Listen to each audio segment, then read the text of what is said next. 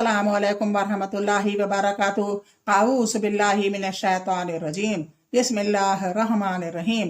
Rabbi इश्रह ली सदरी व यस्सिर ली अमरी वहलुल उक़दतम मिन लिसानी यफ़क़हू क़ौली। ऐ अल्लाह ताला तू मेरा सीना खोल दे, मेरे लिए मेरा काम आसान कर दे, मेरी जुबान की गिरह खोल दे ताकि लोग मेरी बात समझ पाएं। अल्लाहुम्मा सल्लि अला मुहम्मदिन व अला आलि मुहम्मद व बारिक वसल्लिम। आज इस्लामी तारीख में मदीना मुनव्वरा के बारे में बताया जा रहा है। सुनिए प्लीज। बिस्मिल्लाहिर्रहमानिर्रहीम। तूफान नूह के बाद हजरत नूह अलैहिस्सलाम के परपोते इमलाक बिन अरफक्षा बिन सालिम बिन नूह यमन में बस गए थे। अल्लाह ताला ने इनको अरबी जुबान अल्हाम की, फिर इनकी औलाद ने अरबी बोलना शुरू कर दिया। ये अरब के इलाकों में चारों तरफ फैले। इस तरह पूरे जजीरा अरब में अरबी जुबान आम हो गई। इसी ज़माने में मदीना की बुनियाद पड़ी। इमलाक की औलाद में तुब्बा नामी एक बादशाह था, जिसने यहूदी उलमा से आखिरी नबी सल्लल्लाहु अलैहि वसल्लम की तारीफ और यसरब मदीना में इनकी आमद की खबर सुन रखी थी।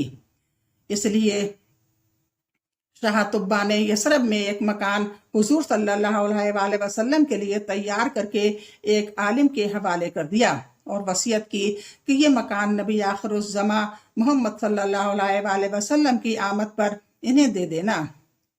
अगर तुम जिंदा न रहो तो अपनी औलाद को इसकी वसीयत कर देना।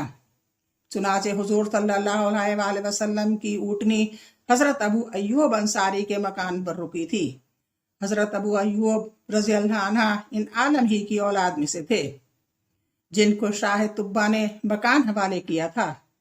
साथ ही शाह तुब्बा ने एक खत भी हुजूर सल्लल्लाहु अलैहि वसल्लम के नाम लिखा, जिसमें आप सल्लल्लाहु अलैहि वसल्लम से मोहब्बत, ईमान लाने और ज़ियारत के शौक़ को जाहिर किया था।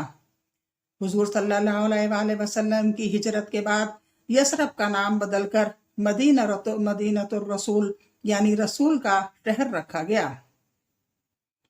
हुजूर सल्लल्लाहु अलैहि वसल्लम का मोजज़ा, बीनाई का लौटाना। हजरत हबीब बिन अबी फदीक रज़ियल्लाहु अन्हु फरमाते हैं कि मेरे वालिद की आंखें सफ़ेद हो गई थीं, जिसकी वजह से इनको कोई चीज़ नज़र नहीं आती थी। तो एक दिन मेरे वालिद हुजूर सल्लल्लाहु अलैहि वसल्लम की खिदमत में जाना चाहते थे, तो मुझे साथ ले लिया। जब हम वहां पहुंचे तो हुजूर सल्लल्लाहु अलैहि वसल्लम ने पूछा, ये क्या हुआ? मेरे वालिद ने फरमाया, मैं अपने ऊंट को तेल लगा रहा था, इतने में मेरा पैर सांप के अंडे पर पड़ गया। तब से मेरी ये हालत हो गई है। तो हुजूर सल्लल्लाहु अलैहि वसल्लम ने इनकी आंखों पर दम किया। आंखें इसी वक्त अच्छी हो गईं। हजरत हबीब फरमाते हैं कि मेरे वालिद 80 बरस की उम्र में भी सुई में धागा रो लिया करते थे। दलाइलुन नुब्बा क़ालाबी 384। दलाइलुन नुब्बा 384। एक फर्ज के बारे में, नमाज छोड़ने का नुकसान। रसूल अल्लाह सल्लल्लाहु अलैहि वसल्लम ने फरमाया, जिस शख्स की एक नमाज भी फूत हो गई यानी छूट गई, वो ऐसा है कि गोया इसके घर के लोग और माल दौलत सब छीन लिया गया। इब्ने हबान 1490। एक सुन्नत के बारे में, बुरे लोगों की सोहबत से बचने की दुआ। अपने आप को और अपनी औलाद को बुरे लोगों की सोहबत से बचाने के लिए ये दुआ पढ़ें। रब्बी नज्जिनी व अहली मिम्मा यामलून।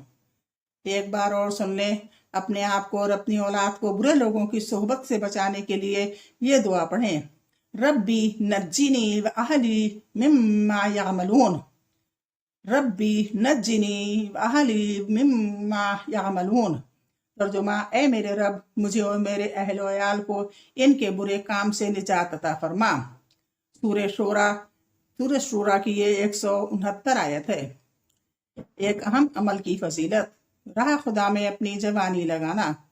रसूल अल्लाह सल्लल्लाहु अलैहि वसल्लम ने फरमाया, جس نے اپنی جوانی اللہ کے راستے میں گزاری تو قیامت کے دن اس کے لیے ایک نور ہوگا۔